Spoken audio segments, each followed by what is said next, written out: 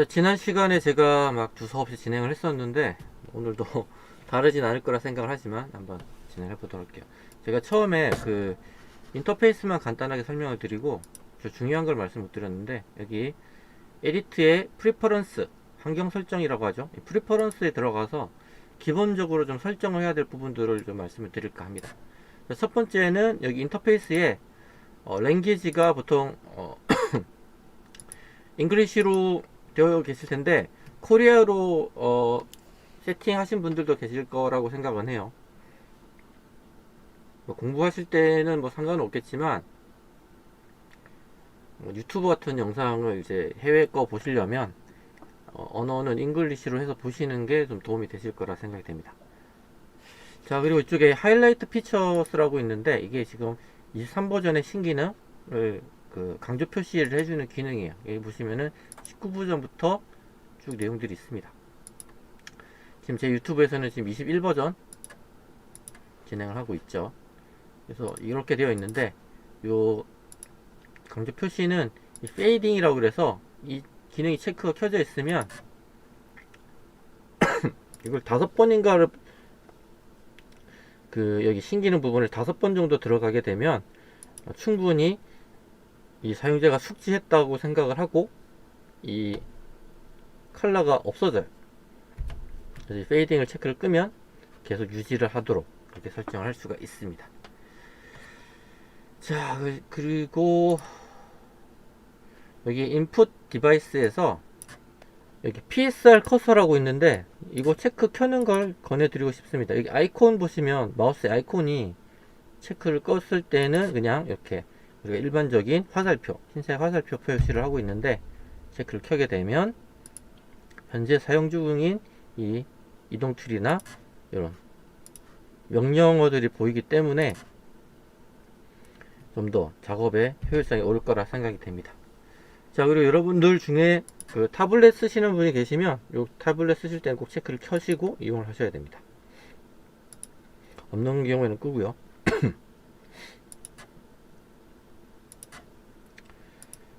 자, 그리고 좀 넘어갈게요.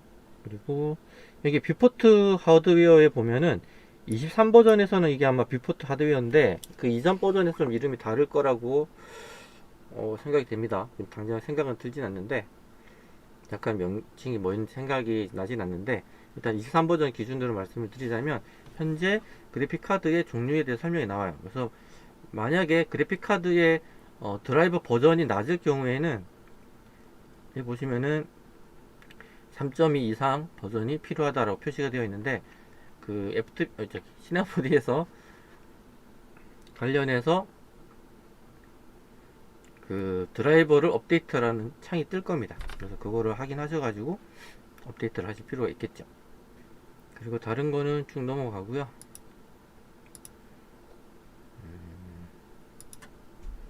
딴 거보다는 파일이 있을 것 같긴 한데, 여기 파일에 오토세이브, 파일을 자동 저장해주는 기능이죠.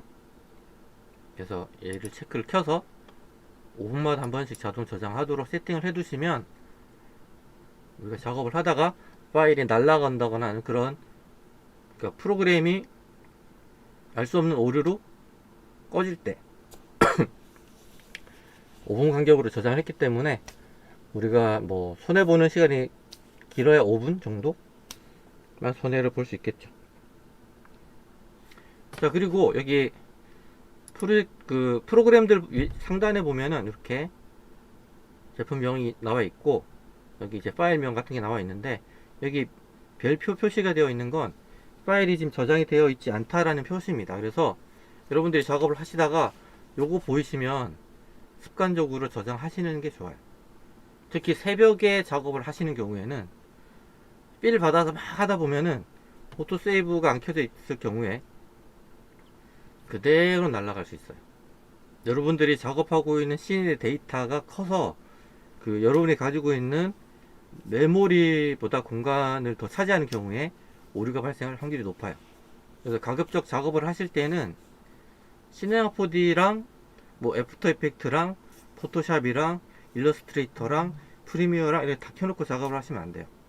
시네마 4D 할 때는 시네마 4D만, 애프터 이펙트 할 때는 애프터 이펙트만 하시는 습관을 들이시는 게 좋습니다.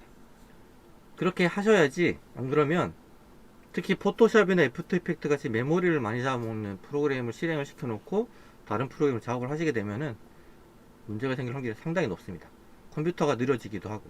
그래서 가급적 포토샵을 써야 될 때는 쓰고 프로그램 종료하고, 그렇게 습관을 들이시는 게 중요해요. 제가 오늘 이 환경 설정 창을 열어서 보여드리는 것도 사실은 이 오토세이브 때문에 잠깐 말씀을 드린 겁니다. 저장될 위치는 프로젝트 디렉토리에 저장이 되도록 할 수도 있고, 사용자 디렉토리는 별도로 설정을 할 수가 있겠죠. 커스텀 디렉토리를 해서 내가 원하는 위치에 파일을 저장하실 수가 있을 겁니다. 기본적인 프로젝트 디렉토리를 하는 게 나중에 파일 찾기에 편할 테니까 이렇게 작업을 하도록 하겠습니다. 자, 제가 지난 시간에 작업했던 파일을 살짝 열어서, 저는 더 이상 진행하지는 않았는데 이 파일을 가지고 여기에서 재질을 한번 줘보도록 할 텐데요. 재질은 여기서 좀 용어를 이해를 하실 필요가 있습니다. 재질을 줄 때 시네마 4D에서는 머티리얼이라고 합니다. 머티리얼. 그리고 재질에는 두 가지가 있어요. 첫 번째는 텍스처. 이거는 이미지 파일, JPEG이나 PNG 같은 이미지 파일을 불러와서 그 이미지 파일을 우리가 만든 이 오브젝트에다가 씌우는 작업을 하는 걸 하게 되는데, 그때 이제 텍스처, 그 이미지 파일을 텍스처라고 합니다. 그래서 뭐 텍스처링을 한다, 텍스처링, 텍스처 작업을 한다, 이렇게 얘기를 할 수가 있겠죠. 그리고 두 번째는 쉐이더라는 용어가 있는데, 조금 전에 설명드렸던 텍스처는 이미지 파일을 가지고 오는 거죠. 근데 이제 쉐이더 같은 경우는 이 프로그램 내에 저장되어 있는 그 재질이에요. 그래서 픽셀로 되어 있는 이미지 파일이 아니라 연산을 해서 만드는 그런 재질이라고 생각하시면 됩니다. 그래서 쉐이더를 적용하게 될 건데, 저희는 오늘 이 쉐이더를 가지고 한번 작업을 해보도록 할 거예요. 그래서 여기에서 여기 아래쪽에 이 빈 공간, 이 큰 공간이 여기가 머티리얼 매니저가 됩니다. 머티리얼 매니저, 재질을 관리하는 곳이죠. 여기에서 재질을 불러오는 방법은 두 가지가 있어요. 크리에이트, 여기서 뉴 디폴트 머티리얼을 불러올 수가 있는데, 이 머티리얼이 종류가 상당히 많습니다. 그래서 오늘은 스탠다드 머티리얼을 가지고 설명을 드릴 겁니다.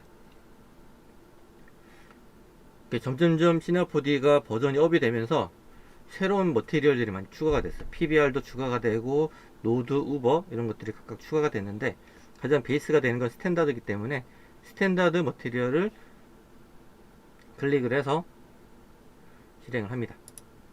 자, 이렇게 불러오는 방법이 있고, 또 다른 방법은 이 빈 공간을 더블 클릭을 해서 이렇게 만들 수가 있습니다.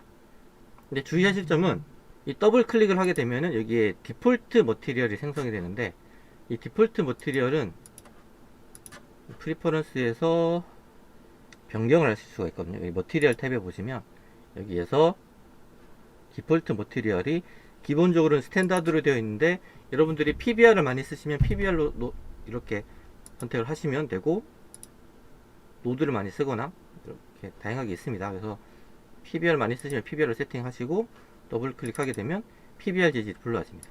모양이 좀 다르죠? 그렇죠?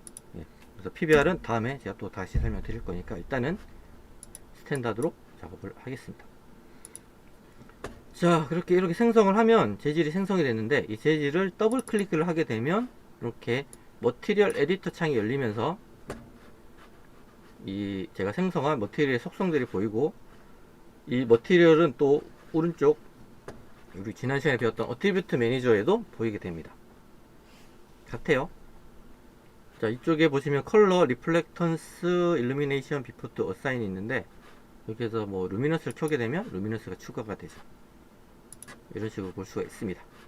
자, 여기에서 이제 이쪽을 보시게 되면 제일 왼쪽 상단에 있는 건 이 재질의 퓨리뷰예요. 그래서 퓨리뷰를 볼 수가 있습니다. 이 모양도 바꿀 수가 있긴 한데 이런 식으로 그냥 디폴트로 놓고 하도록 할게요. 다양한 모양들을 만들 수가 있기 때문에 여러분들이 재질을 적용할 때 이렇게 형태를 바꾸시는 것도 상관없습니다만 기본으로 진행해 볼게요. 여기는 머티리얼의 이름인데 기본값이 머티리얼 앞에 약자인 MAT 라고 생성이 됩니다. 이름을 변경하면 되겠죠. 저는 오늘 여기에 나무를 작업할 거기 때문에 우드라고 입력을 하겠습니다.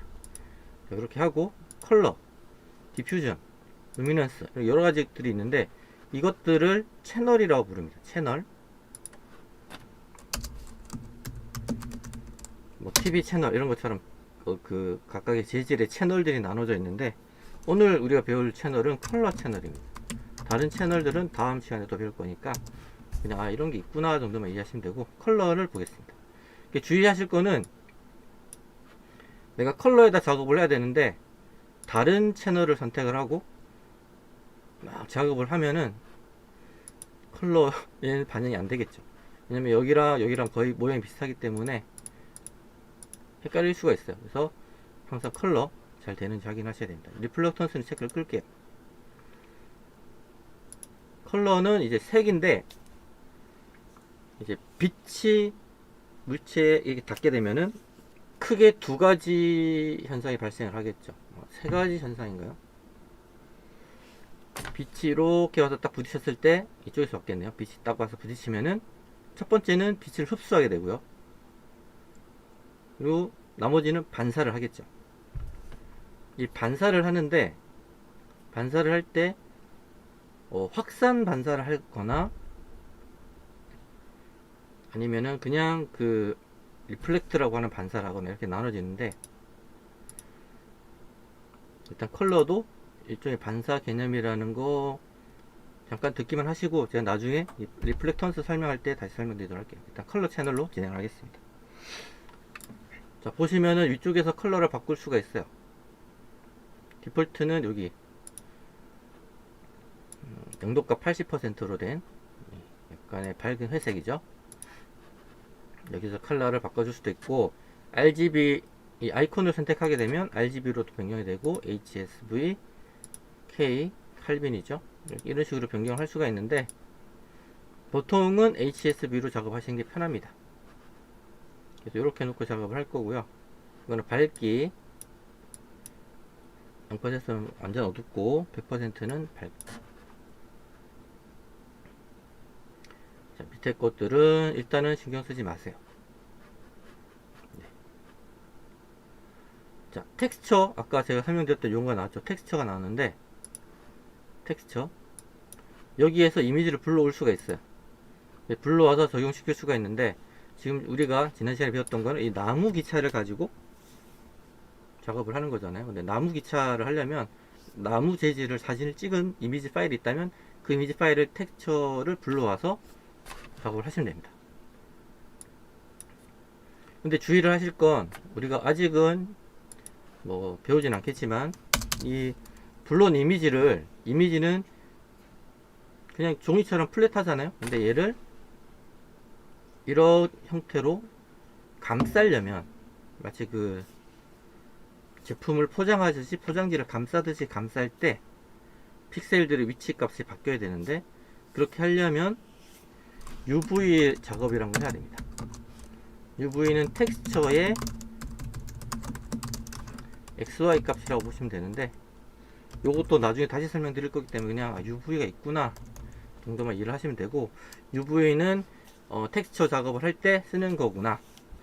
자, 텍스처에 보시면은 여기 뭔가 버튼이 하나 있죠. 버튼을 한번 클릭을 해보면 여러 가지 명령들이 있는데 여기에서 서페이스의 표면이죠.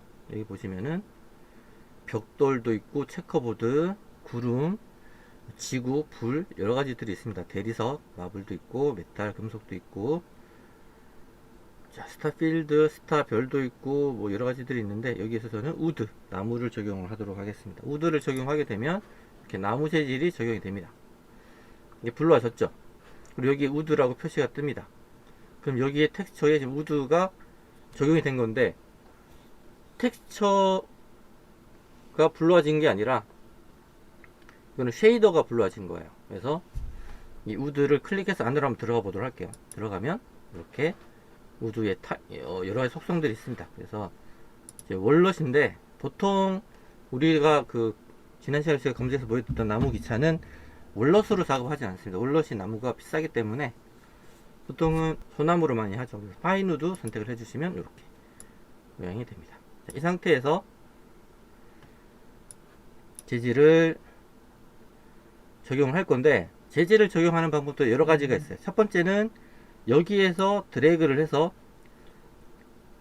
이 오브젝트 매니저에 있는 오브젝트에 이렇게 드래그해서 할당을 해주게 되면 적용이 됩니다. 자, 이렇게 적용하는 방법이 있고, 두 번째 방법은 여기서 드래그해서 직접 여기다 넣는 거예요. 뷰포트에 있는 오브젝트에다 적용을 해도 적용이 됩니다.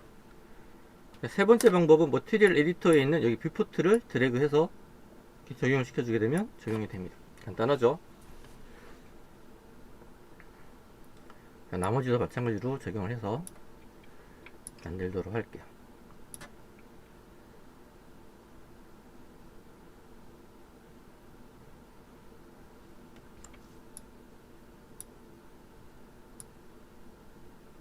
네, 여기 하나 설정이 안 됐네요. 자, 이렇게 적용을 했으면 머티리얼 에디터에서는 다 작업이 됐는데, 자, 간단하게 이미지를 렌더링을 해서 한번 볼까요? 렌더링은 여기 슬레이트라는 걸 한번 클릭을 해주게 되면 화면상에서 이렇게 보여지게 됩니다. 지금 보시면 나무가 이렇게 나무 결이 이렇게 이어지는데, 여기 단면에도 나이테라고 그러나요? 물결 같은 나이테가 끊기지 않고 잘 적용된 걸 확인하실 수가 있습니다. 이렇게 적용되는 거가 이제 쉐이더의 장점이라고 보실 수가 있겠습니다. 자, 이렇게 하고 컬러를 한번 바꿔보도록 하겠습니다. 컬러는 아까 재질의 컬러 채널에서 바꿀 수가 있는데, 여기에서 컬러를 한번 적용을 해 볼게요. 컬러를 빨간색 적용을 하고, 여기 믹스 모드를 애드나 멀티플라이를 하면 빨갛게 되겠죠. 근데 지금 다 전체가 같은 재질이기 때문에 다 같이 바뀌어요. 그래서 그렇게 하지 마시고 언두 했습니다. 한 번 더 언두 하고, 여기서 재질을 복사를 할게요. 컨트롤 키 누르고 드래그 해서 재질을 복사를 하고, 복사한 재질의 믹스보드를 멀티플라이로 해서 곱해준 다음에 이 재질을 여기에 적용을 시켜줄게요. 자, 재질을 적용시켜주게 되면은 여기 보시면 오브젝트 매니저의 오브젝트 오른쪽에 재질 아이콘이 두 개가 보이실 텐데, 자, 왼쪽에 있는 게 아까 첫 번째로 만들었던 나무 재질이고, 두 번째가 여기 좀 전에 제가 복제를 해서 만든 빨간색 나무 재질입니다. 이거를 우리는 여기서 뭐라고 부르냐면 태그라고 부릅니다. 태그. 원래 우리가 좀 많이 쓰는 단어는 네임 태그,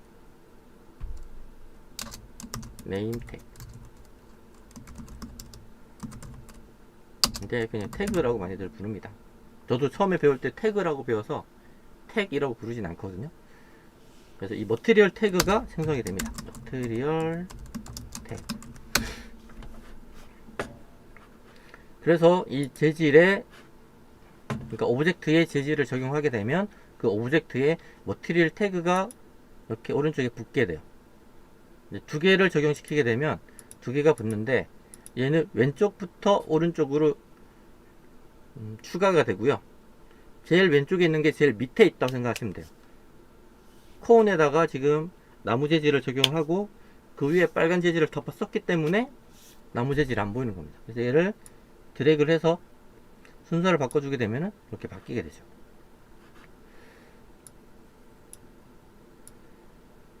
그래서 여러분들이 앞으로 또 과제를 하나 드리면은 모델링 하신 나무 기차의 재질을 알록달록하게 한번 변경을 해보세요.